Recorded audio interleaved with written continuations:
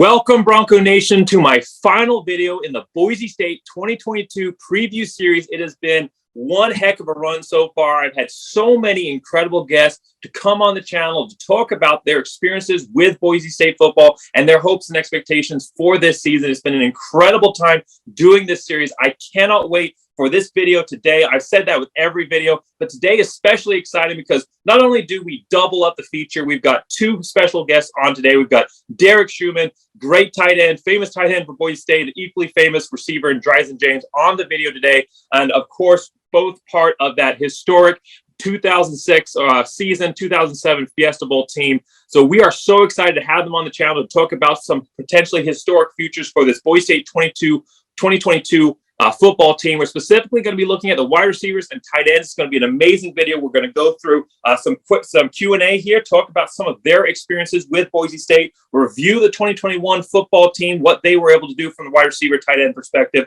We'll look at a couple of newcomers that have come onto this team since last season. We'll look at the 2022 preview overall, just some questions and answers for this Boise State team, some things that they need to address at the wide receiver tight end level. And then we'll talk about some three keys to the game for the skill position there. And then we'll wrap up with some quick predictions. So this is going to be an exciting video. Stick around all the way to the end. There'll be highlights throughout. I'm excited to get this conversation going. So right off the bat here, I'll introduce our special guest. We got Drisan James, wide receiver 2003 through 2006 for Boise State, original number 11 for Boise State before it was cool.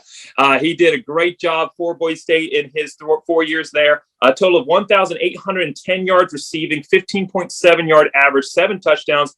He also had 124 yards on the ground for an 8.9 yard average. He's 13th all-time amongst Boise State wide receivers for total yardage. And in his 2006 season, which was definitely his best, he had led the team with 650 yards receiving, 96 of those and 2 touchdowns coming in the, of course, famous game against Oklahoma, of which, of course, he was part of that famous hook and ladder trick play, the hook in the hook and ladder, receiving it at the top before passing it off to Gerard Rab there for the touchdown. We also have Schouman on, and again, an incredible tight end for Boise State, 1,009 yards receiving, which is 4th all-time amongst Boise State tight ends, 12.9 yard average per reception, 11 touchdowns. He had 8 receptions for 72 yards and a touchdown in that Boise State versus Oklahoma Fiesta Bowl. It is incredible to have 2 amazing greats here on the channel today. Thanks so much for coming on. This is going to be an exciting conversation. Let's jump right in there to that Q&A section and just talk a little bit about those experiences from your playing years and some of our expectations for this season.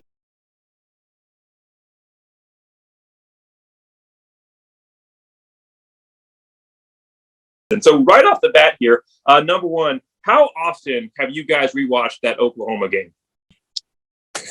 You know, to be quite frank, it comes up quite often nowadays. Before, it was a little bit, I never really checked it out. Maybe a couple of times. Of course, you see it on ESPN, things like that. But as of recent, the kids get older. They start to ask a bit more questions. You get more involved in your community.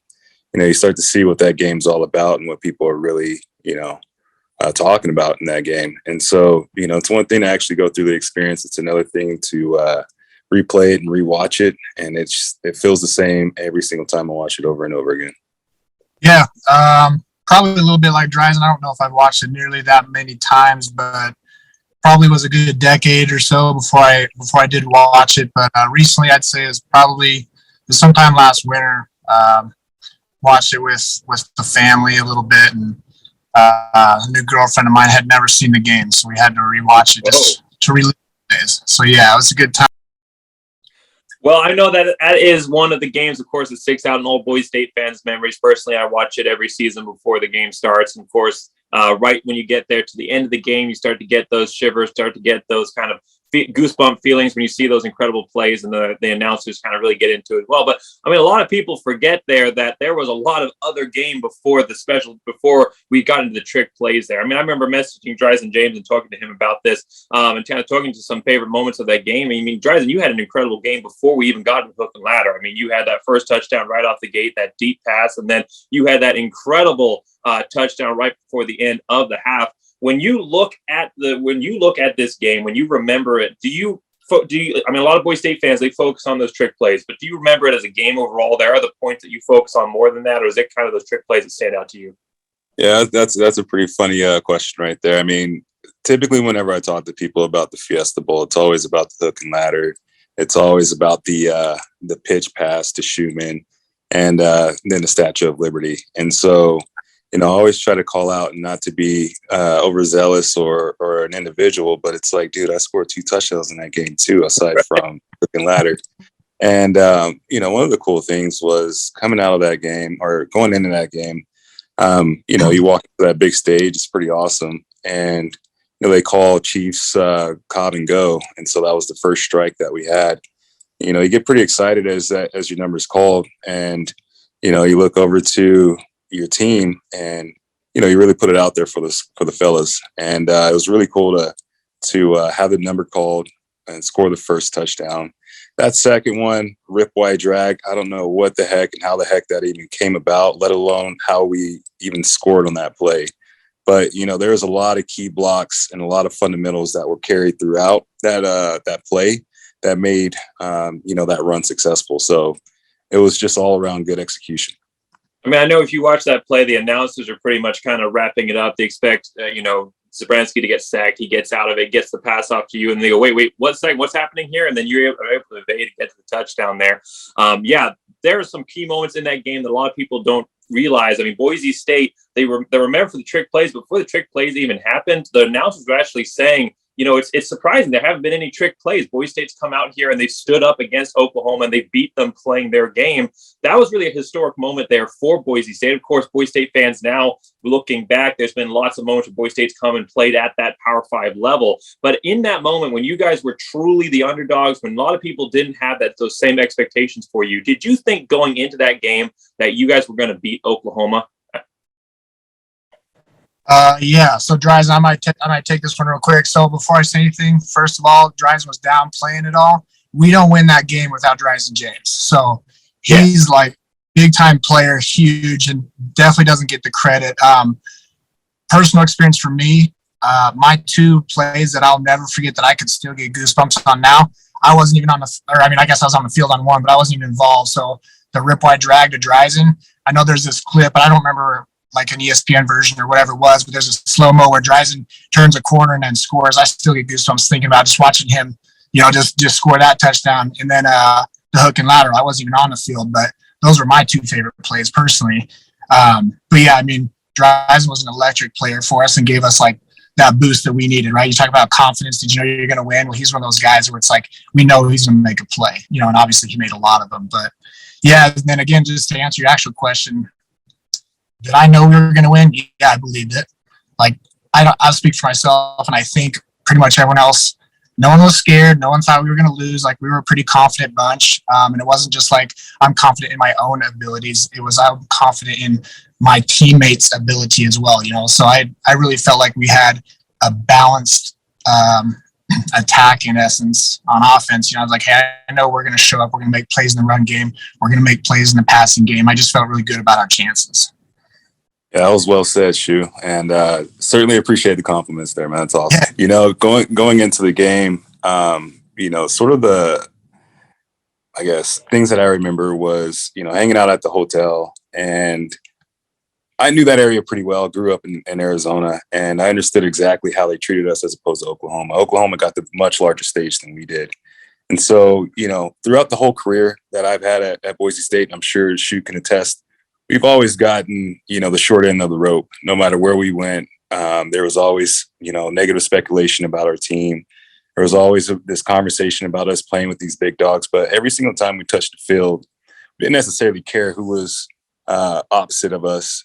If it was Oklahoma, if it was Fresno, we're just there just to smack them right in the mouth as soon as the ball got kicked off. And so, going into that game, Schouman hit it right on the head. We're confident as ever. We felt very confident in the game plan and one another. It was a stellar senior class that year. I think we had roughly about 22, 23 seniors going into it. There was a lot of confidence there, man. Well, we're talking about that confidence, right? And you were just coming off that 2005 season, which obviously did not go as the previous seasons had or as expectations were. Obviously that rough start with Georgia, and then you have Oregon State, which is so close, should have been a win. And then, of course, the Fresno State game and the Boston College. And you kind of come off of that season, and then the 2006 season comes up. Well, Boise State fans is in kind of a similar situation, right? I mean, obviously, you guys weren't going through a head coaching change at that point during the bad season. But you guys were coming off of a kind of a season that didn't meet expectations. Boise State coming off of the 7-5 season, first year under the new head coaching staff. How did you guys approach saying, okay, that season wasn't what we wanted it to be necessarily. We didn't get our goal of winning that Mountain West Championship game. We didn't get our goal of going out there and beating the big teams on the field like we want to. How did you change that culture, that perspective, to come out and do what you guys did in that 2006 season? Going into that season, coming off the season with freaking Matt Ryan lighting up Bronco Stadium, as sort of, we don't lose on the blue was sort of our mantra and our attitude. And so, coming off a loss, or having the loss on the blue going into off season is probably as bad a bit of a sour taste as you can get, especially with how much we pride ourselves on winning on the blue turf. So we took that going into the off season, and there was really, as we had the transition between Hawk and Pete, I remember one meeting specifically, and it was Pete whenever he came out with his pyramid of success. And, for us, football players, I know there's a lot of jokes about us, like in coloring books and stuff like that. But for me, I'm a very visual learner, and just to see a straight up triangle with a foundation that says, 100% attendance on the off season, show up to all your workouts and give 100% effort every practice. I mean, that's pretty baseline for us. And having 22 seniors in every single position, it makes it really easy to echo that voice. And so, between the seniors, we did a really good job. I feel like we did a really good job of bringing the whole team together because we had that respect. I mean, Schouman at the tight end position, very versatile player. He could put his hand in the dirt, and at the same time, he could run around just like the receivers. And so, you're going to respect that as a young guy. Having 3 seniors at the wide receiver position, having a senior at the quarterback position, our offense was ready to go. And, whenever you have that sort of leadership within those roles and you have a coach that provides a clear vision, it's really easy for us to execute. Now it's all about just, going out on the field and performing. And so, going into the season, I think that was where a lot of preparation helped in order for us to really come out of that 7-5 or 8-4 season. And, it's just one of those things to where I feel like a lot of teams don't take it very seriously, to where you need to really have that solid season and you need to echo the voice of the coach and you need to have 100% buy-in across the team in order to succeed. And how did we do it, right? Drisan talked about basically it's a collective effort, right? So the team and the staff were on the same page. There was a plan and vision, right? So there's a process, and then I'm sure you guys have all heard, like, trust the process. I feel like a team, we trusted the process. And then what did we do on our end as players? We showed up, right? I mean, we put in the time, we put in the work, and it wasn't just punch in a time card. I feel like we had really good buy-in, and guys were intentional with their efforts and their time. So it really felt like we had a lot of players that took it really serious, and it meant a lot to them. And I think that showed up in the offseason and then obviously carried us through the season as well.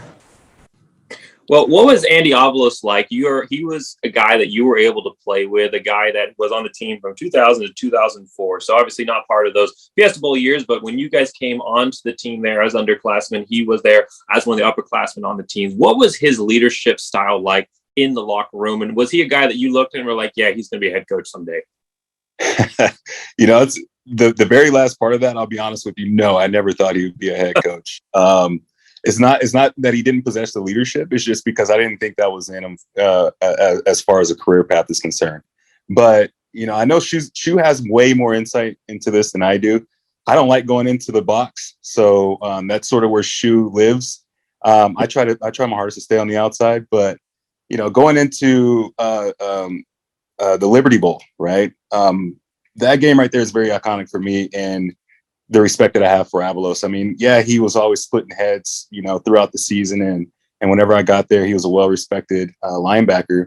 But particularly with that game and understanding who was on the other side of the ball, you grow a lot of respect for who he is as a competitor. And as you look at that, you're kind of like, okay, if my head coach is out there freaking busting tail, what was it, an 80-yard interception return, a 90-yard interception return to the house, on an oxygen tank and then just gets his butt right back on the field and gets a 3 and out, you're kind of like, all right, dude, this dude's a dude. So, it's one of those deals to where, I'll go back to it. I think, Shu's going to have a lot more insight on the day-to-day with them, but all in all, I think he's a pretty solid land for Boise State. Yeah, I'll just give my 2 cents real quick. So as a teammate, I felt Andy was, and as a coach, these are going to parallel a lot. He's a professional. And I just remember, battling him at practice, right? Or little drills, one-on-ones, whatever it was. Andy was kind of like, I'm going to show up and lead by example kind of a guy. He talked a little bit, but I wouldn't technically consider him a vocal leader at the time on the field. He just would perform. But I did get a chance to witness him as a coach, later down the line when I was doing my GA stint. Andy's Coach Avalos is an excellent communicator and teacher. Like, he's just really good at breaking down the fundamentals and teaching those in a way that these young kids can hear it, understand it, and implement it. It's easier for us to sit here and high level and talk football. Andy's really good at detailing or communicating those details out to the guys. So as far as a hire for the university, I think he was as good as it can get. Let's change gears here just a little bit. One last question before we move into the 2021 retrospective. Now, this question I've asked in every single video, so I ask it in this one as well. Do you wish that we still played Idaho? Of course, you guys were part of those teams that got to go out there and beat some local in-state butt. But do you wish that Boise State still did that, or do you think those days have kind of moved on and we're kind of beyond them at this point? Yeah, I do. I think it's a fun in-state rivalry game, whether it's competitive or not. I think it's important for the community. But I grew up watching the Broncos, the Vandals play, and we didn't always win those games, right? And maybe now the tables have turned, or maybe that gap is, some would say, too far to correct or whatever. I still think it'd be fun and important. So yeah, I'd like to see the teams play. Yeah, I'm going to second what Shu said. That was one of going into those games. I didn't have the history like I would, like, say, for instance, coming from Arizona. I know all about the Arizona and Arizona State rivalry. I know about all the things that they did there. And coming up to Boise State, and you really start to hear about the U of I rivalry. The first game that we played against them, we hung up roughly about 70 points. And I'm like, really, this is a rivalry? And so you really get into the historicals of BSU and U of I. And all of a sudden, as being on part of the team, it's like, oh, we finally have a winning record versus these guys. And I'm like, holy cow, they've been stomping us for that long. And so I think there's a lot of history there is where I'm getting at between these two teams. And it is very unfortunate to see that Boise State and U of I don't play anymore. Heck, out in the community, I still talk the same trash as I would playing ball against these guys to my neighbors who try to represent Joe the Vandal. Can't stand that guy. The other day was talking about going to U of I. I washed his mouth out with soap. I still can't stand U of I. So. Oh. Oh, that's great. That's great. Well, thank you so much for entertaining us so well in that Q&A section. I thought that the answers you guys gave there were great. It's great being able to have that perspective there and being able to see Boise State fans. Obviously, right now we're in a little bit of a rough patch, but you guys lived through that. You went through that season where it didn't start or end the way that you guys wanted it to. And then you turned it around that next year and went out and had the best season, or one of the best seasons that Boise State has ever had, put Boise State on the map. And I think that this team has a chance to do that this year. Let's talk a little bit about what they did last season as far as that wide receiver tight end perspective. And then we'll look at this team and the chances that they have to maybe make this a historic year looking at this 2022 team.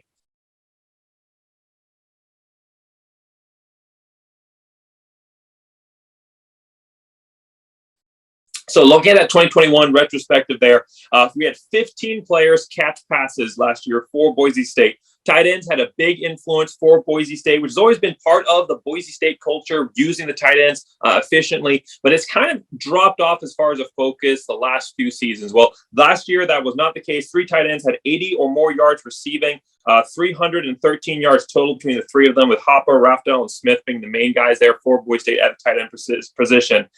Now, a lot of yards thrown around. We talked about it in the passing game, but one of the issues that Boise State's going to be facing this year is that 36% of the receiving yards were Khalil Shakir. So roughly about there, about 1/3 of the receiving yards were Khalil Shakir, 1,117 yards receiving out of the 3,127 yards total. And then you also, when you take out the receptions by Evans, Thomas, and Habib Alikio and Van Buren, then you're looking at about 59% of the receiving yards from last season aren't on the table anymore. So Boise State, this is not a wide receiver core. It's a tight end core that receives a lot of depth back, but it's a wide receiver core that's going to kind of have to be figuring out who that new leader is, and that's something we'll talk about here in a second.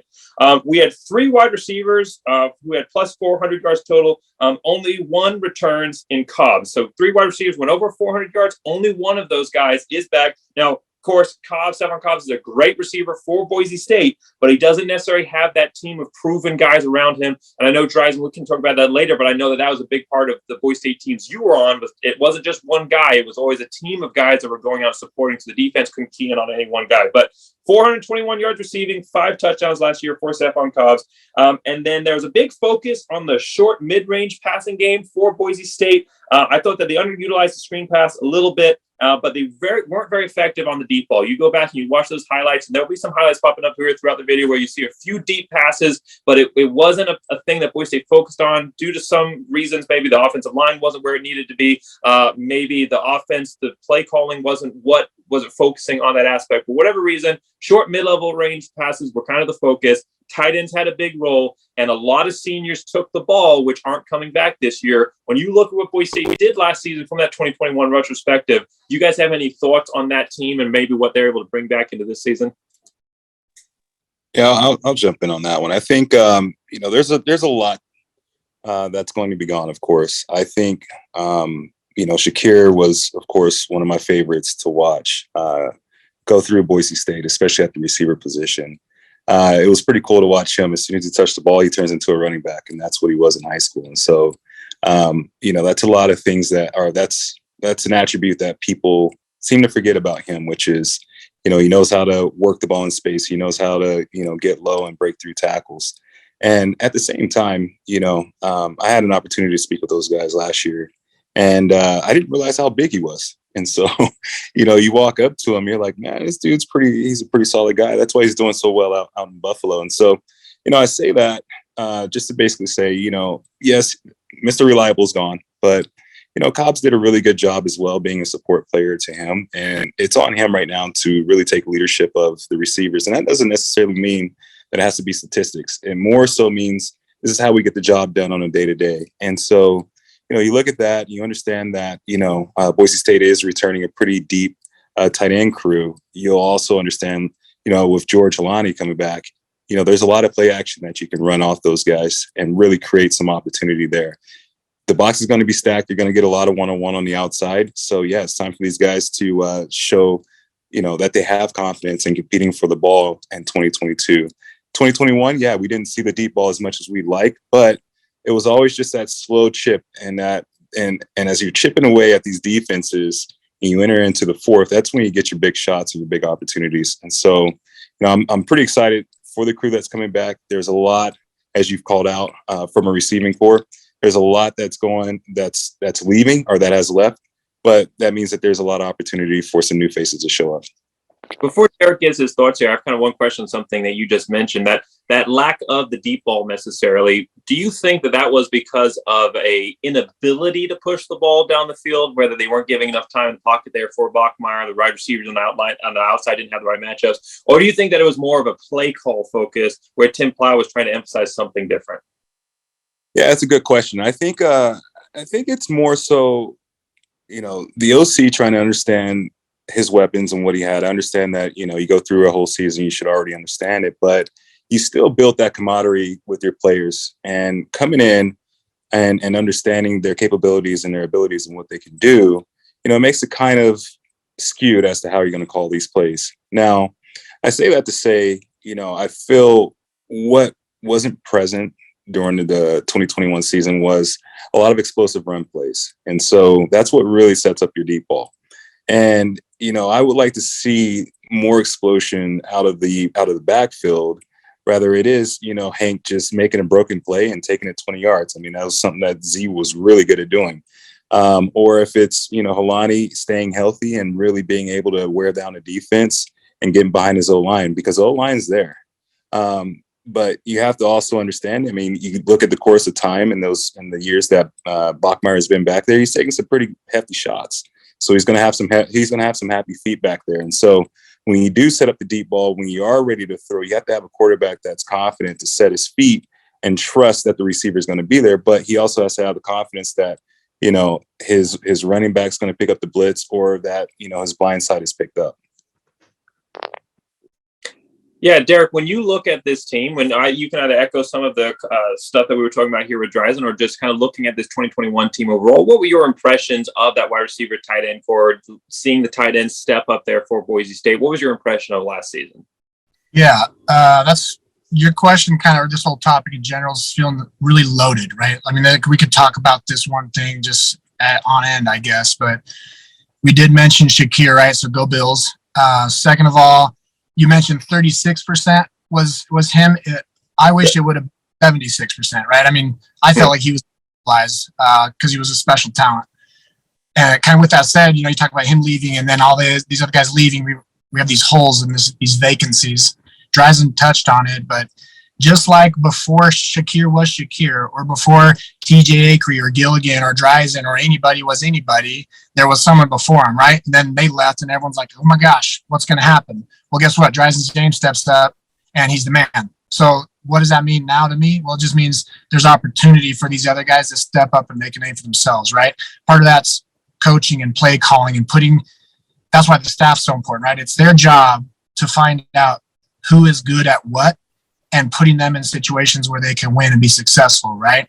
And I think that's kind of like what our team did really good at. Hey, maybe Derek Schouman sucks at doing certain things, so don't put him in that position because it's a high risk, low reward situation. And again, maybe that was part of our deep ball thing. Maybe it was certain defenses we were playing, or maybe we didn't have guys that was their bread and butter. So it's kind of this balancing act between trying to hit certain statistics or whatever, but also playing to the strengths of your team. That's just kind of how I see it. So in my mind, last year was the way it is because football is a complex game it's a team game, and there's way more than any one reason, right? But I think what we have right now is a good opportunity for guys to step up and make big plays.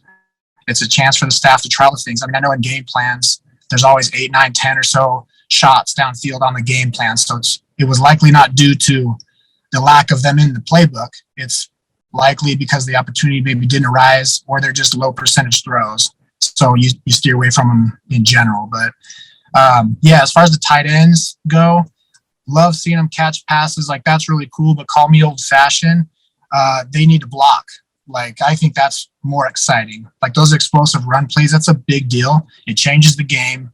And like Drisan said, it opens up all the throws because then they start loading the box. Now you got one-on-one, so you have talent on the outside, and it gives them a chance to win. So what I like to see from the tight ends, I want to see them just with their hands in the dirt or somehow involved in the run game and make an impact. You know, don't just go in there and change the game. And they are doing that. I don't mean for that to sound like they're not. It's a good group, and I think that they have, between the collective group, they have a very high ceiling.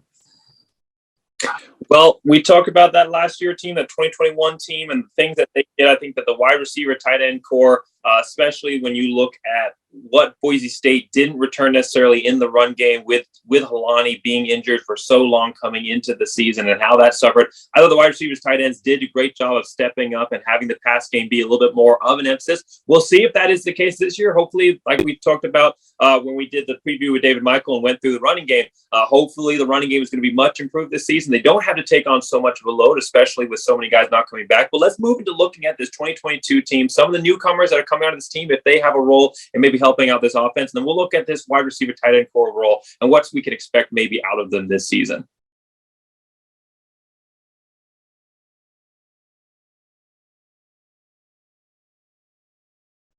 So looking real quick here at a few of the newcomers, we'll just look at the three main guys that came in that were recruited here for Boise State. You got tight end Austin Terry, a 3-star recruit for Boise State, 51st ranking overall according to 24/7 Sports. 6'5", 230 pounds. He had 5 Power 5 offers. And then as far as the wide receivers go, your two main guys, they're going to be Zamondre Merriweather, 3-star, 78th ranking, 6'2", 200 pounds, had 2 Power 5 offers. And you got a guy who's not going to be playing this year because he's gray shirting, but Prince Strawn, 3-star, 6'4", 185. So those two guys that are going to be potentially in the mix here. I'll go here with you, Derek. You got a guy here, Austin Terry, big guy, like we said, 6'5", 230 pounds, 6 Power 5 offers, highly ranked. Do you see a guy like this when you've got a right tight end room that's pretty well stacked with some good players out there, like we talked about Hopper and Smith and Raftel? Do you see a guy like this being able to come in and make an impact? I mean, I know you were one of those guys that came in, right off the bat, made a huge impact for the team in that 2004 season. Do you see this being another situation where we could see something like that? Yes. So always the answer is yes. I think guys have an opportunity to come in and make an impact, but that's going to be on him, right? How serious does he take it? He doesn't sound like a kid. He sounds like a grown man at 6'5", 230. So if he takes the weight room serious and decides for himself what he wants his path to be, yeah, absolutely, he's got a chance. I haven't seen any of his tapes, so honestly, I'm not sure what kind of role he could play, but he wouldn't be where he was if he didn't have the ability to make an impact, right? I mean, you mentioned other offers. None of that ever really means anything to me. The 3-star thing, that means nothing because all that's old stuff, right? Like, he needs to prove himself now wearing a blue uniform and how he fits into this offense, which I know the coaches will totally handle and take care of. But I always kind of geek out on these new guys and the tight ends because it's fun to watch them because they will each have their own unique set of skills and talents, and it's kind of fun to watch how it plays out on the. I watch the game maybe a little differently, and I like to break it down and see if I can find tendencies myself. Like, hey, anytime this guy's in a certain position or a certain side of the field, maybe we run away or we run at him or we throw. Maybe he's the short game guy. I mean, just playing in the game a little bit, you kind of pick up on some of that. It'll be fun to watch for sure. Well, both of you guys can answer this question. When you have guys coming in with so much raw talent, how much of getting on the field and making a role is the talent that you bring in, and how much of it is your understanding and awareness of the game? And I think that's kind of something that we talk about with true freshmen. Do they have that game awareness? Can you kind of especially at these skill positions, can you kind of make up for some of that lack of awareness and knowledge of the game with your raw talent, or is it something that you kind of got to wait a little bit to wait your turn? Yeah, raw talent, it only gets you so far, man.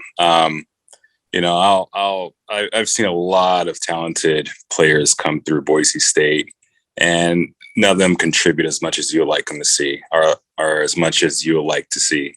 And what that means is, you could come in and run a 4.2 40, have a 41-inch vert, backpedal like there's no tomorrow, and call yourself a shutdown corner. But, once when the game comes on and you decide to go rogue, then you're not really helping out with the team. You're not being a team player.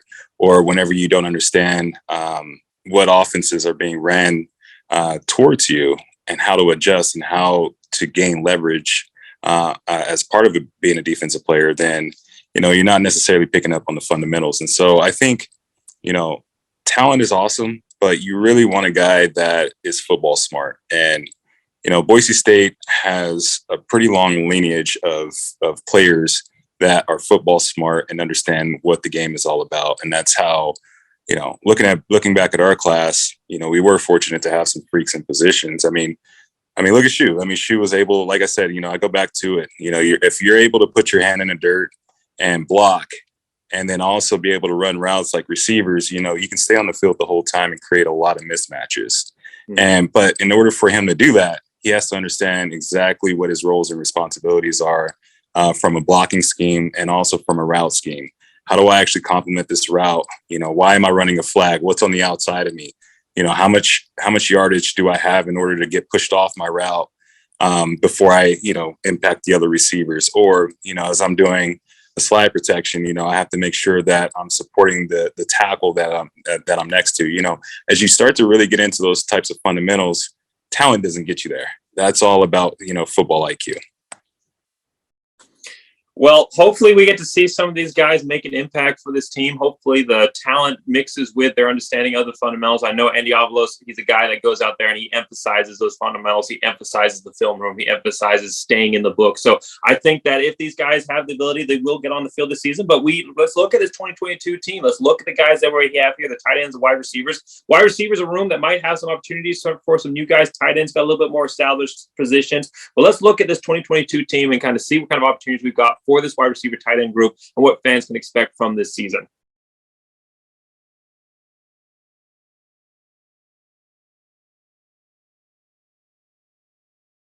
So looking at the 2022 preview, let's just start asking some of these questions right off the bat.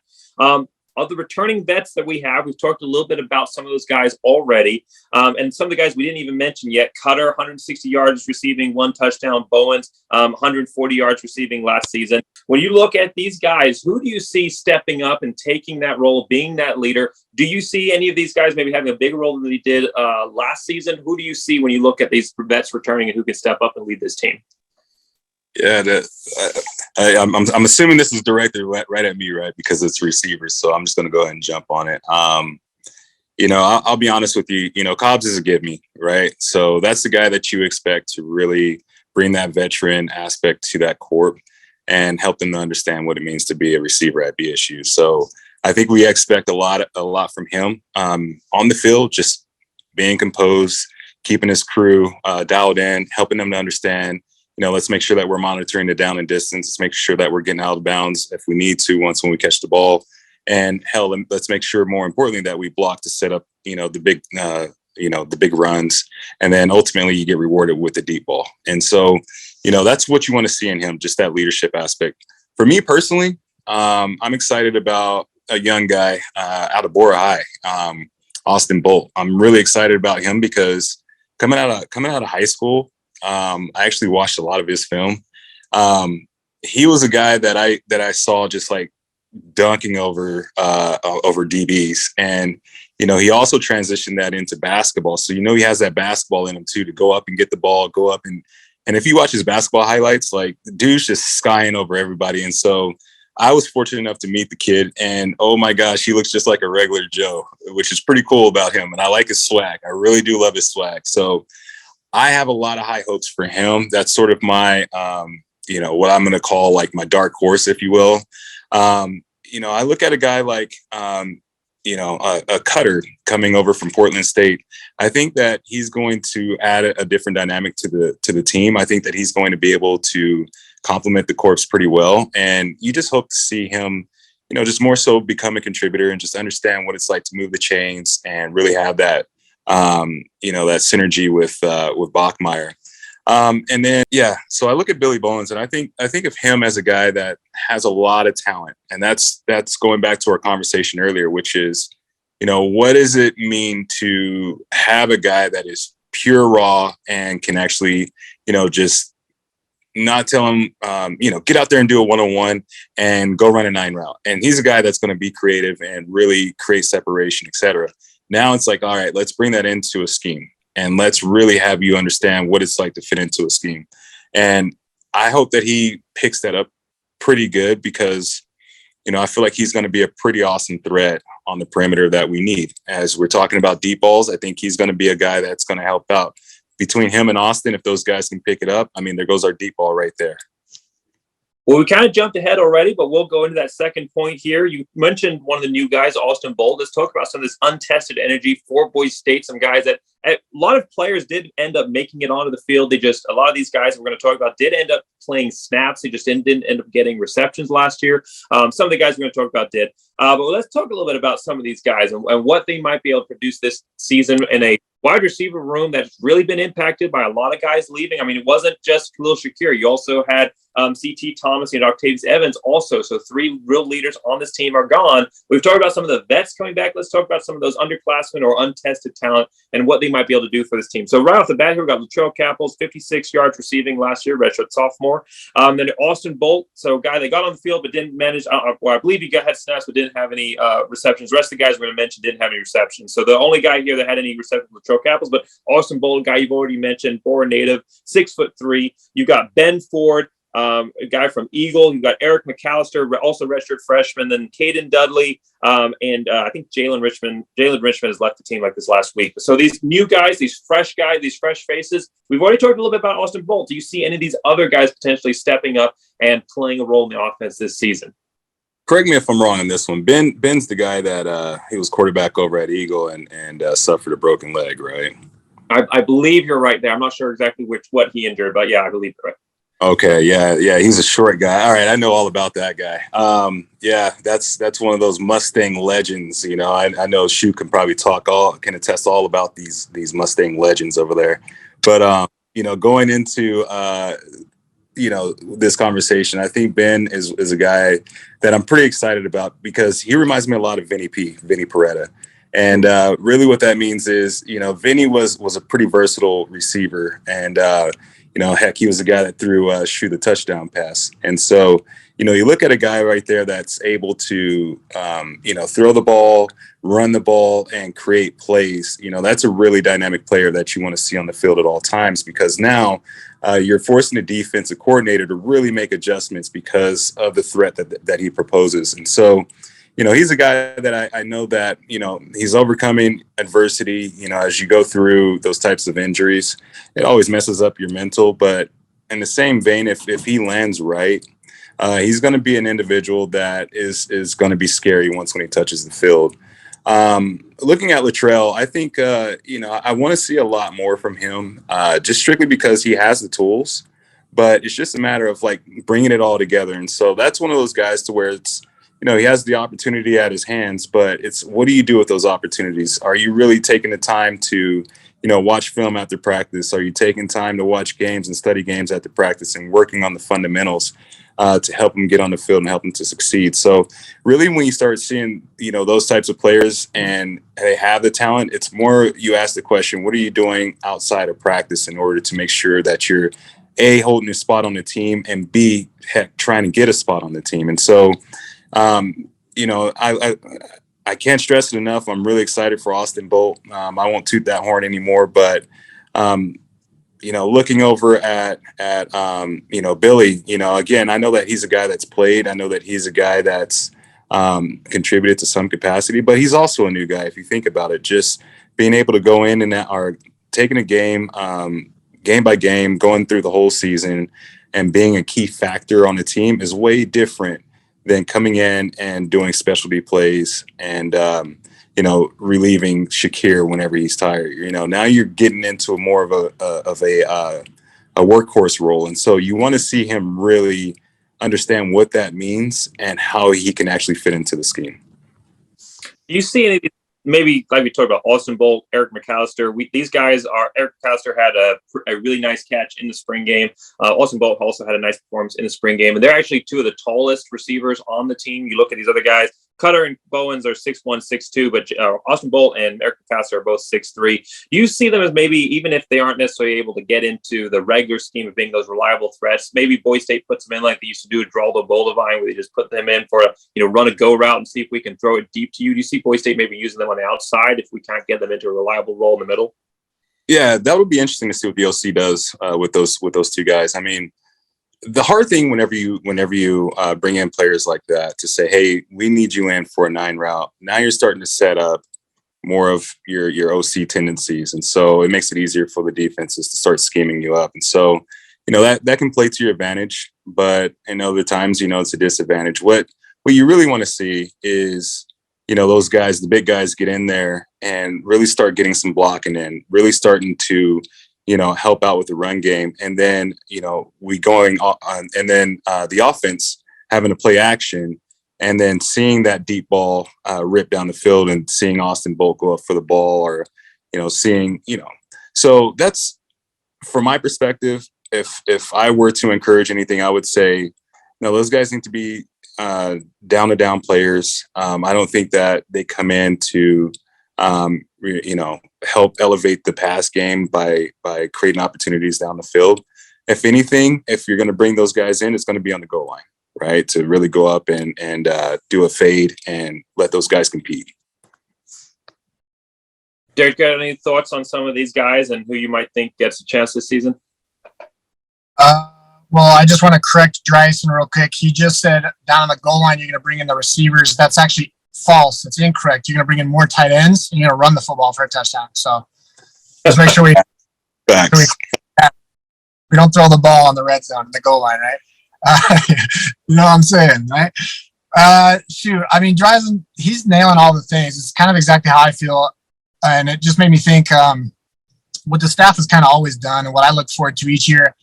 I have full trust in them as a staff that they're going to find an opportunity for each of these guys to contribute. Now, it's on each of these guys to say, am I going to show up and am I going to perform, right? I mean, I'm sure, Drisan, you'd say the same thing. We all had our opportunities. It's just, do you maximize them, right? And then the staff will have to be careful not to show their cards, in essence, and create these tendencies. But we've talked enough about Bolt. He's just a fun guy just because he's local. So I'm always like, yeah, these under recruited local, yeah, go Idaho. So that's kind of where I'm at with that. But as far as the tight end group specifically, I kind of want to see them like take their game individually, but collectively to the next level. Well, let's shift gears here a little bit since you brought it up anyway. Let's shift gears and talk about these tight ends a little bit more. Is this the season of the Boise State tight ends? I mean, you haven't had a Boise State tight end lead in receiving yards since 2001 when Jed Putzer had 824 yards receiving for the team. But the last time the Boise State had three tight ends go for 80-plus yards was 2007. So it's been a while since Boise State has had a consistent group of multiple guys out there at the tight end position. And when you look at a wide receiver core that has been decimated with some of their top guys being gone, and you've got some new fresh faces that are having to take a look at the position. The tight ends, it's a complete opposite story. You've got three solid guys coming back, potentially a new incoming freshman who might be able to make a role as well. So you've got a really deep core here of tight ends. Do you see this being a season where Boise State makes the tight ends an emphasis? Do you think there's any possibility a tight end would lead in receiving yards? Let's get crazy with it. What's your thoughts on the tight ends here for Boise State and what you think you're going to see out of them here in 2022? Yeah, sure. Well, you're probably not going to love my answer. Do I think this is the year of tight end? No. And the reason I say that is because it never should be. Like, I just I just feel like tight ends and every position, I'm more a fan of these balanced attacks because it keeps the defense guessing. So if we're, you brought up Jeb. Jeb was maybe a little different, a lot different actually. But even that team had all kinds of other players catching the football. Right. And I feel like this year or every year should really be the same. It should never just be one guy because I think that's easy to take away. And then what? The team's kind of in trouble in essence. So do I think that they can be heavily involved or should be? Yeah, absolutely. And I think they'll get their chances. They just need to capitalize the opportunities that they are given. Well, that's a question here when we're talking about having people step up on this team. And again, we don't want it necessarily to be one guy. It has kind of been the focus for Boise State the last decade, really. I mean, you go back after you talk about those 2011 teams, you start looking at having one guy out there, whether it's Matt Miller, whether it's Hightower. You start looking at kind of Shakir last season. You start seeing that one receiver being that focal point. The other guys are kind of offshoots of that. But like we talked about with the incredibly successful 2006 team and even the incredibly successful 2004 team as well, it never was just one receiver. It was always a group of guys that were out there being the playmakers and having that role. You had different guys leading and being that main player on different seasons. I mean, Drisan, you ended up leading in 2006, but I think Nane led in 2005. So you got different guys that are kind of stepping up and making that role. Do you see, is college football just that's the way it is now where you've got that one guy? Is that just the way that it's become? Or do you think that there is a benefit to stepping back and kind of spreading that ball around and not having that one key player? Yeah, that's a funny thing, man. I'll be quite frank with you on this. Receivers are selfish.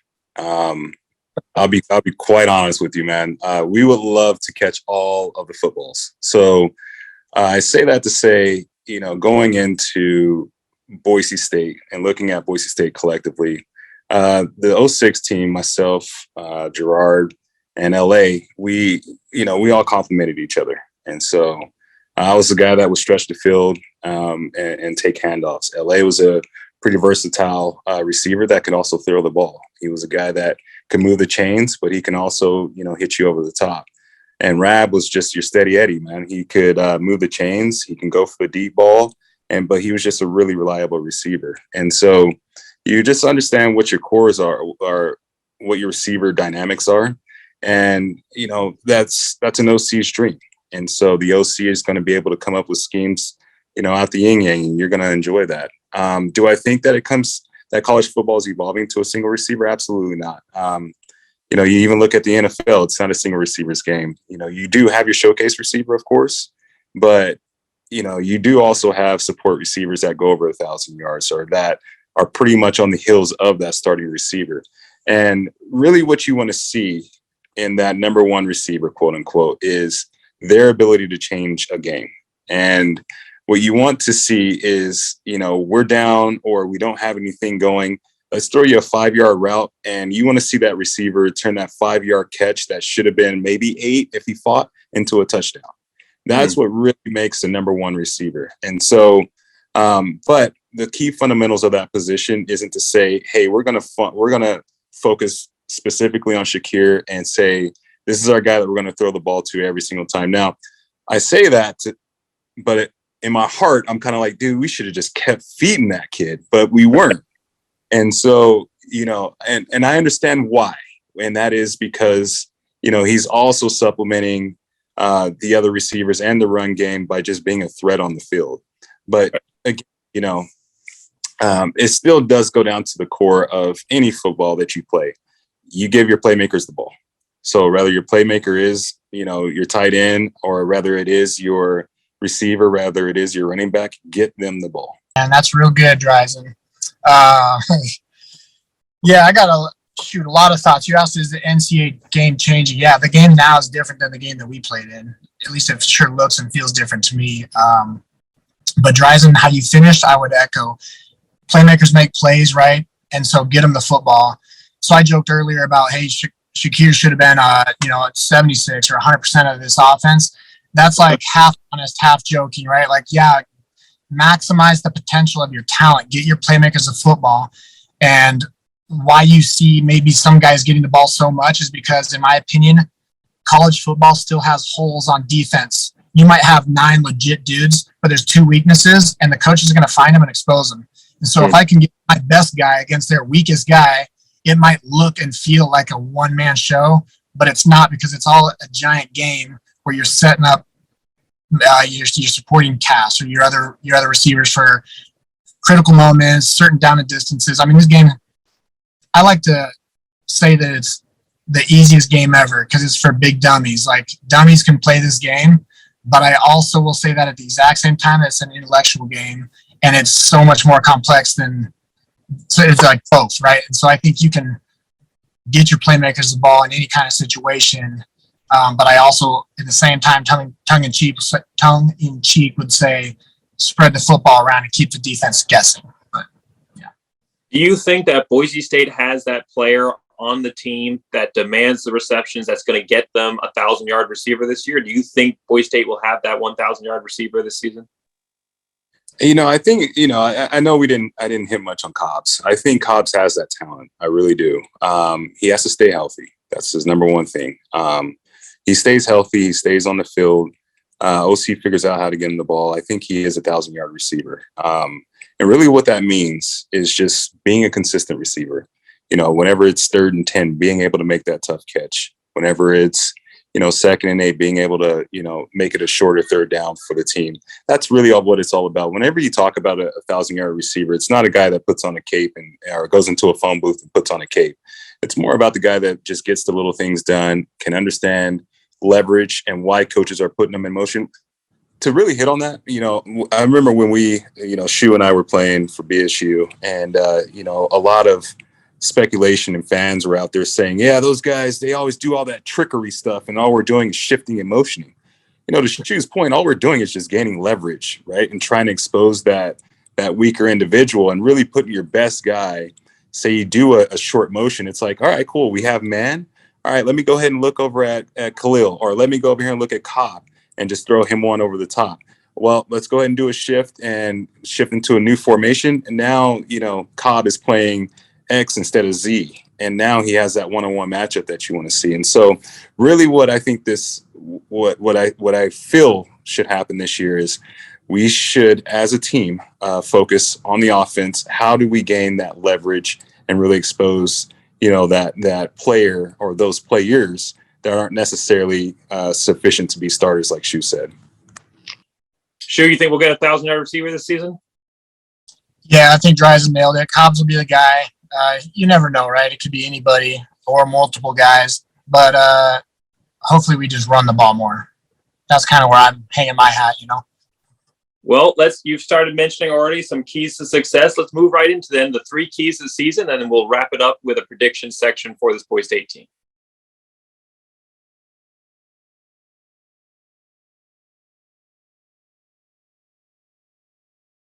So 3 keys to the season for the skill position. And I know you're going to kind of disagree a little bit with this because you've already said so, Derek. But for me, it's going to be lean on the tight ends. I think Cobb's an incredibly talented wide receiver. I think we've got some incredibly talented wide receivers that we might not have been able to see yet this season. But at the end of the day, it's a position group that's untested. I mean, Cobb's, he had some great experience, but still under 500 yards receiving. He hasn't had the experience of being the number 1 guy yet for Boise State. The tight ends, though, you've got guys all over the field that I see playmakers. I see guys that are like Hopper. I mean, he had the most deep reception touchdowns of anybody else on the team last season. You have Riley Smith, a guy who, former quarterback, smart guy for Boise State, who had a great 2020 season, was able to perform well last year. I think we give him a bigger role. Raftel had a big impact, second on the team receiving for tight ends.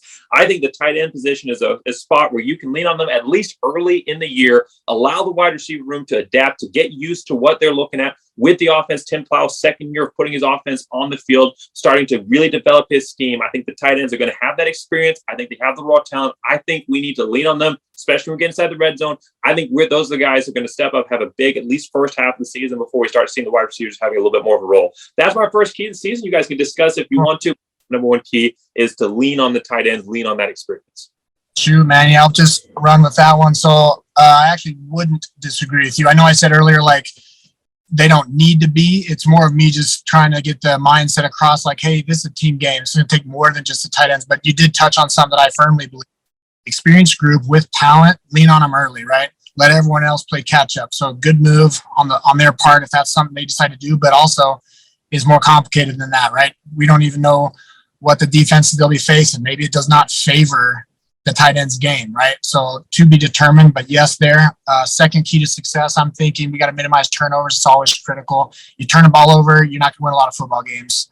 And then we've loosely touched on it. I know this is kind of a receiving segment, but we need to run the football. So tight ends need to step their game up. And receivers too, man. I know they don't get enough credit, but I know Drisan was laying dudes out. And that's part of why back in the day, Ian Johnson was who he was. It wasn't just the front, those big heavies. We had guys on the edges that would kind of sacrifice the body, glorify the soul mindset. They get in there and throw some blocks. Yeah, I agree, man. I think, for me, I'll be quite honest. I agree, from a positional perspective, I think that the tight ends are definitely going to be a key to success for the offense. But really, as a team holistically, I would say my number 1 key to success, I want to see those guys get a chip on their shoulder. I want to see those guys go out there and play with blue-collar attitude. I feel like blue-collar is something that, a lot of the thousands teams had, when we went into the tens, 2010 onward. I feel like we started losing that a little bit. And now that we're in 20, I feel like, it's something that needs to be revisited. And being blue-collar just really means, going out there and laying somebody on their butt without, worrying about if a ref's going to throw a flag. Really just being nasty out there and just really stating your ground. It's not to say that, being blue collar means that, you have to figure out how to, block 2 guys with 1 arm or something ridiculously crazy like that. But it's just, you put on your hard hat, you carry your lunch pail and you go to work and you leave no doubt on the field. I think that's number 1. Number 2, I'm with you on this one. Turnovers are key. I mean, that's the number 1 thing at BSU. Whenever Pete and Hawk were running the regimen, we focused on our turnover victories. And so the keys of success for those guys was minimizing turnovers and winning the turnover battle. And that's huge. And I think for number 3, I'm with you on that as well. As much as I love to catch the football, you can't do anything if you don't establish the run game. And that was something that was missing and has been missing for some time at Boise State. And we really need to reestablish that run game. And that's really going to help to set the tone on offense. Well, I absolutely agree on that, and I'm glad that you didn't end up disagreeing on the tight ends. I know that it's more of a saying like you would like to see the tight ends being the kind of the guys that are emphasizing the run game. You like to see wide receivers stepping up and being wide receivers. I mean, there's a reason receivers in their position group title. But I think that with the team that we have right now, Boise State, that in that experience is a well-experienced Boise State is going to draw on early, and I think it's going to lead to some early success here for Boise State. My second key to the game here, though, is related to the wide receivers. I think we need to emphasize the deep ball for Boise State. I know we kind of already talked about that lack last season, that kind of focused more on that mid-range passing game and why that might have happened. But I also think that the deep ball is an important part of the team, of the game, specifically for Boise State. I mean, when you talk about balanced offenses, that deep ball has always been a big role of that. It pushes the DBs back, gives wide receivers more space in the middle of the field, especially when you talk about guys who aren't as experienced, gives them a little bit more space to work with. Guys who are fast, who don't necessarily have the experience yet, but some guys that we can get in there. I know we talked about not necessarily wanting to just have a couple guys that just can be your go players, but whether we're using guys as just go players or not, whether we're mixing these young guys in, those crisp routes, those middle of the field stuff, that's going to take a lot more high IQ than just being able to go down the field and make some deep plays. So I think we have a lot of talent on this roster if we don't have experience, and the deep ball is an area where talent can come into play, where it doesn't rely so much necessarily on your game IQ or experience there, like the short and middle of the game field does. And then also I think it just shows confidence in your team that you're going to be able to go out there and perform. And of course, it gets the fan base pumped up. So I think there's a lot of aspects here, but for whatever the reason is, I think the deep ball needs to come back into play for Boise State and be a part of the team this year. Yeah, I love it. You mentioned so many good things there. I mean, there's a reason that coaches track explosive plays. It's because they're important, right? I mean, you talked about something as simple as, hey, get the fans fired up. That's a big deal. Like maybe we need to talk more about that, right? It's palpable energy, right? Also, first downs right away, big hitters. You put points on the board fast. It's momentum changes. I mean, there's so many good aspects to it, right? And again, that just kind of echoes what I guess how I feel about this entire thing is it's complex. It's not just turnovers. It's not just running the football. It's not just a tight end stepping up. We got to make big plays. You know, I mean, we could talk about any number of things. The game is dynamic, and that's why it's fun to pick apart and talk about, right? Well, I think you talk about that Fiesta Bowl, that deep touchdown pass, which is my favorite announcer call of all time. It says, and Goliath swings back, or David swings back and hits Goliath right in the chest. I mean, you talk about that first deep pass there to Drisan James. That set the tone for the entire game. I mean, people were going, wow, Boise State's not going to come out here and just onesie-twosie chip away and maybe try to win by some trick plays, even though they did end up winning on trick plays. They're saying, no, they're going to come out here and they're going to sling the ball down the field. They're going to meet these teams at their best and they're going to play their best. So I think when you come out there and you show confidence in the team, it puts the defense on a step back. They go, wow, this team is coming in. They're coming at us. We've got to readdress how we're going to focus on them. And I think that opens up some opportunities. Yeah, absolutely. I think you hit on a good point there, which is, you come out of the gate swinging and especially with that particular play, one that was set up off the play action and you go down the field. I think it was a 45 yarder. That's an explosive play that you want to get the juice going through the stadium. And, it gets the fans talking crap, man, which is what you want, man. You want your fans edgy. You want your team confident, though, which is what's most important. And really what it also does as well, another dynamic that's also missed is it helps the coaches as well. It's like, yeah, we can do this. I am making the right play calls. And so it really brings the whole team and the whole atmosphere together. And so, as we emphasize, the deep ball and Shu hit on it, that's one of the things that we did track at BSU and it's explosive plays. And, for some individuals, when they think about the deep ball, they say, all right, yeah, it's one that's over 50 yards or whatever, but it's really just a 20-yard play. Right. And so it's like, how many plays are we executing over 20 yards? And, you look at the roster of Boise State today, they definitely have the tools to make those types of plays, series in and series out. And so, really what you want to see, you have a guy like myself that was able to go down and catch the deep ball. Hell, you had Shu that was running money routes all day, catching deep balls. You have LA that was running take routes, another deep ball there. You had Gerard that was just your straight up raw guy that you can throw a 9 route to and he'll catch the deep ball. So, you really look at those types of that type of chemistry. That's something that you want to see on this roster as well. Is I want to be able to throw the ball wherever I want to and know that once that ball's in the air, that guy is going to compete for it. And 9 times out of 10, he's going to come down the ball or come down with it.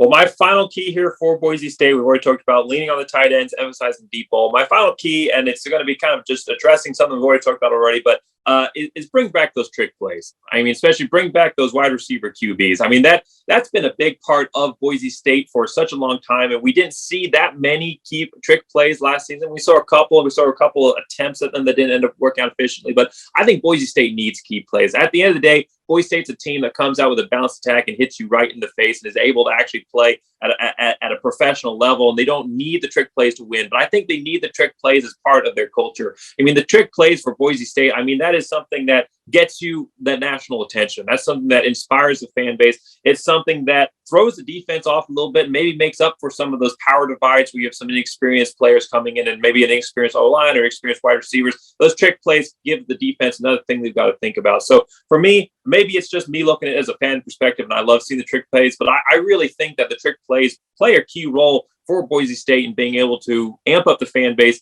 to inspire the offense, and to just add another element the defense is about to cover. Yeah, absolutely. I think, as I think about trick plays, especially with the 06 team, if you look at the course of our season, they weren't very prevalent. They weren't too heavy. Heck, we ran Statue of Liberty before we played against Oklahoma. And so unfortunately, fortunately for Oklahoma, they didn't necessarily catch on to that because they didn't watch that game probably. But with that in mind, as I think about trick plays and I think about when fans call that out, like I said earlier, I think it's more about how creative Coach Pete was and Coach Harsin were and shifts and motions and creating that leverage in order to, like Shu called out, find out those mismatches and really expose those players on the defensive side of the ball that don't have the experience in order to really understand what leverage means. All right, cool. I have, Drisan coming out on a motion. I'm going to stay inside of him because I'm young and I don't know what it means to, I don't know what leverage means. I don't know where my help is. I don't know that my safety's on my inside. So I'm just going to hang out inside too. And then all of a sudden you have a go route that's just wide open. Now it's just Z's able to throw a nice go route without any sort of pressure or any sort of like, I have to squeeze it within this window. And so, for me, I would trick plays. I would say I would love to see the offense leverage shifts and motions a bit more in order to really gain leverage on the defense.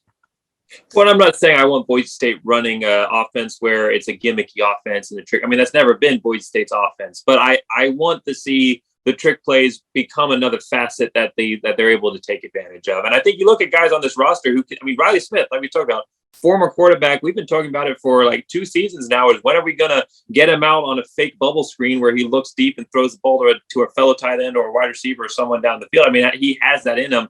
I think it's another aspect of the offense to lean on here. Obviously the fundamentals, leaning on your experienced group in the tight ends and getting the deep ball down the field, that's going to be your most important. But the trick plays, I think, add another dimension to who Boise State is and gets them that national attention, which honestly, Boise State's not been that team that's being talked about the most when you look at the group of 5. I mean, it's been those American Athletic Conference teams. It's been Houston, it's been Cincinnati, it's been UCF. Boise State's kind of still been on the radar of the AP overall, but they've not been that team that's been capturing that national spotlight, being on the cover of Sports Illustrated, being on the front focus of the nation.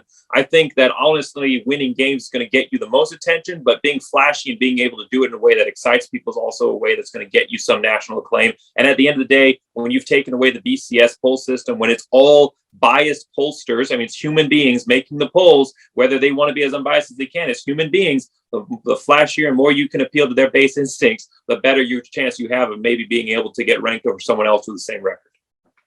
I think that's a valid point. I really do. As you were talking, I go back to, I believe we're playing against SMU, and I remember Gilligan running a bubble screen multiple times, and he'd break for like 20 yards. And then all of a sudden, their D coordinator thought that he was getting clever, so he bit up. He played up his safety as soon as he seen the same motion. And then Gilly comes around and catches the ball. The outside guy literally falls to the ground, gets up, and he's just screaming down the field wide open. Gilly throws it to him at 6, right? And so I do agree. I really do that the trickery needs to definitely be relived because there is a lot of opportunity and there's a lot of abilities that Boise State football currently possesses in order to really expose that. Derek, do you have a thought on this? Sure, yeah. So trick plays to me are just as they are called. They're tricky, right? So they can make you look really good. They can be fun for the fans, and they can put points on the board, but they can also make you look just as stupid. So it's not really something that you just willy-nilly call, I think. You got to try to find that right moment and opportunity where maybe there's some guys on defense you can take advantage of because they're sloppy or they're undisciplined. And so, I mean, when I was coaching, I mean, even playing really, you might sit on the same trick play the entire season, or you might think, hey, next year when we play this team, this one's going to work. I mean, like they're not just kind of thrown around like they're not important or just randomly called. It needs to be kind of intentional in the right moment, because if not, it's just going to make you look silly. And I kind of think we lived through a little bit of that. You know, we had plenty of flops and failures. We were also fortunate enough to call them in the right moment to where they worked, right? So now it's an identity piece. Now it's fun for the fans. It brings notoriety and all the other good things that come with it. We just got to be smart. Well, yeah, and obviously if Boise State does a hook and ladder halfway through the first half, you know, maybe it isn't as effective, and then it's not in your playbook to be able to call in that, you know, you got to make this play 007 on the clock. You got to score a touchdown here moment. So yeah, I'm not saying go out there, like I said, be a gimmicky offense where you just throw. I think we have seen that a little bit in the past where Boise State will just run kind of a statue of liberty for like no reason. Like in the, I think it was in the Fiesta Bowl. No, not in the Fiesta Bowl. It was against Wyoming, Jai 2014 against Wyoming when we run the Statue of Liberty. And he ended up scoring. I mean, he did end up, you know, making a big play out of it, but it's kind of like, why are we running the Statue of Liberty in this specific spot? We're just kind of doing it to run the Statue of Liberty because we're Boise State. So I'm not saying we need to be a gimmicky offense that we're just running it because it's a trick play, but including it in the playbook and utilizing some of the weapons that we have on the field who can be part of that style of offense. Yeah, absolutely. Like I mentioned earlier, right? We're going to carry 8, 9, or 10 shots. There's also going to be a few trick plays on every or in every week, right? They may or may not get called. And obviously, I'm not saying a gimmicky offense either, but I do think they're fun and need to be a part of the offense. Well, that's my three keys to the game was lean on the tight ends, emphasize deep ball, and bring back the wide receiver QBs. And you guys brought up some good keys to the game as well as lean on the tight ends, but also obviously running the ball and minimizing turnovers. Let's talk about some of our expectations here real quick. I know we're kind of pushing a little longer than I had wanted to. That's fine. It's been a great conversation, great discussion. That at the end of the day, that's what we wanted out of this video. So let's just wrap up real quick here with some predictions for the season, kind of some specific unit predictions, and then you guys want to throw out a record prediction overall, you're welcome to do that as well.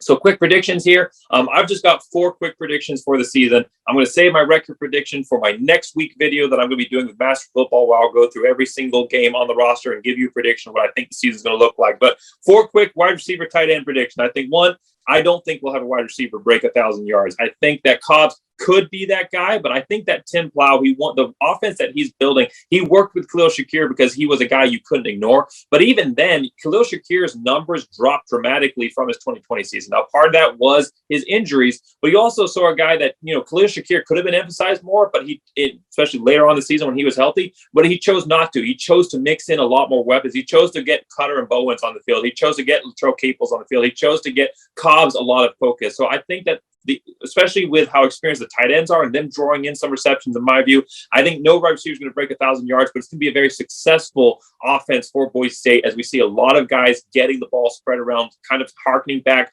to those post-Gilligan days of Boise State, those 2005, 2006 seasons where you had a lot of different players kind of becoming and stepping up and getting the ball spread around. So I think we're going to not see a wide receiver break 1,000 yards, but I do think we're going to see 3 wide receivers break at least 300 yards. I think you'll have 3 wide receivers break at least 300, maybe more. And then 2 tight ends, I think, are going to break 200 yards receiving this season. I really do. I think that Hopper and Smith especially are key potential to break that 200-yard receiving number. And I do think we could have one tight end break 300 yards, which would be the first time in a very long time that we've seen that for Boise State.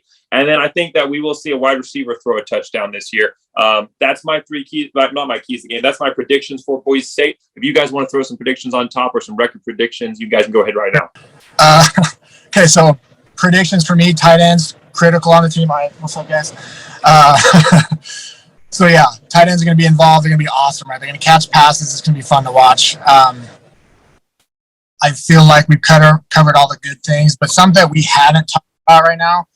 So Coach Potter, the Nate Potter, right? Legendary. He's kind of leading the charge in the tight end room. That to me might be the difference maker, right? I mean, that guy he's as blue collar as it comes. He's a technician. He's savvy. He's smart. He's passionate. He's an excellent coach. So expectations for me with him, very high. As far as predictions go for the record, call me an eternal optimist. We're going to run the tables, man. We're going to be undefeated. We're going to win all the games. We got Coach Avalos. We got Coach D. Defense is going to be just going to be nails, right? So no teams are scoring points against us. We got Coach Potter and Matt Miller on offense. We got all kinds of guys and talent outside of these position groups that we've talked about. So, we can't sleep on the staff and the things that they're going to put together, right? Well, no, you're like the fifth guest that said we're going undefeated. All the players are saying we're going undefeated, so I'm liking it. Drisan? Hey, I'm just going to lead it off just for the record. Yes, we are going undefeated. I mean, I would be silly to say, yeah, we're going to take a loss. There's no way in heck I would be okay with that. I know Shu's got to get out of here, so I'll make mine pretty quick. I would go against that. I would say that the receivers, there is going to be a receiver that breaks 1,000 yards. I think it's going to be a shocker, strictly because I think Hank Bachmeier wants to go out on a good season. I think they're going to let him spin the ball a bit more. But with that being said, I also believe that, from the tight end position, I think you're going to see a receiver or a tight end go over 500 yards receiving. And I think we're just going to see a much more explosive offense. I think George Halani's going over 1,000. So. Wow. Well, thank you both. So thanks so much for coming on and doing this, both of you guys. This was an awesome video, awesome discussion. Thank you so much for coming on. Everyone else, make sure this is the last video in my total 6-part preview of the 2022 football team. I'll have one more kind of unofficial part of this series where I'll preview the schedule itself. But thank you all so much for being part of this. Thank you everybody for watching. If you haven't, go back and watch other 5 parts of this series. It's a great ride, great discussion, just like we had today. Thanks so much, everybody, for watching. The football season is only a week away. Boise State season 2 weeks away. We can't wait. It's going to be a great year. And I'll end this video like I do every other one. Go Big Blue!